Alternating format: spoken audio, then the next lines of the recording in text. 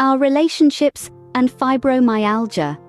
Musculoskeletal Care, November 21, 2019, of 40 multiple-choice questions was posted online with the objective to poll a large sample of adults with fibromyalgia about the impact on their significant other, friends and children.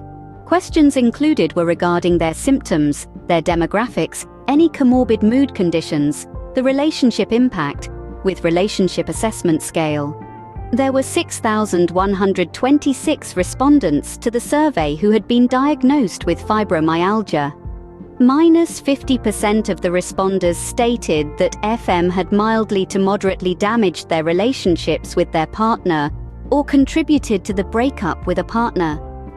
-50% of responders scored as not being satisfied with their current partner relationship with satisfaction, negatively affected by the presence of mood disturbance symptoms and higher FM severity. Relationships with children and close friends were also negatively impacted for a substantial minority of the responders. We know that chronic pain is not just something that we deal with. We know that it impacts our caretakers. We know it impacts those around us. Chronic illnesses are not isolated events which affect individual bodies. They are illnesses that affect individuals and relationships of all kinds. We are talking about a long-term stressor that is consistent. It is difficult for the individual. It is difficult on the significant other.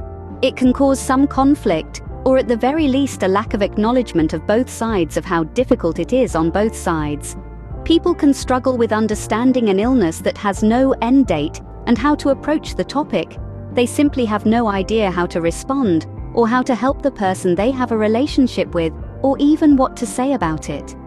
This can create tension from the person with the illness because they may believe the family members, friends, or loved ones do not care, are indifferent to their suffering, or do not understand what they are going through.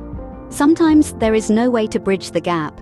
Our divorce rate is at 75% after all. However, it is always worth the effort to open communication, to inform those important in your life about your disability, your needs and limitations, so they can understand it better. While you have learned to cope in various ways, and learned a great deal along the way, they may not understand your process, know what you have learned, know your limitations or restrictions, and until they do, they cannot help you engage within those boundaries. It also avoids misunderstandings, hurt feelings and resentments when you turn down events. They will know it is not them, it is your illness. We also have to understand while we are affected by our illness, so are they, and therefore our relationships to them are affected and must adapt. Not all friendships endure, we know that. Not every family member will get it.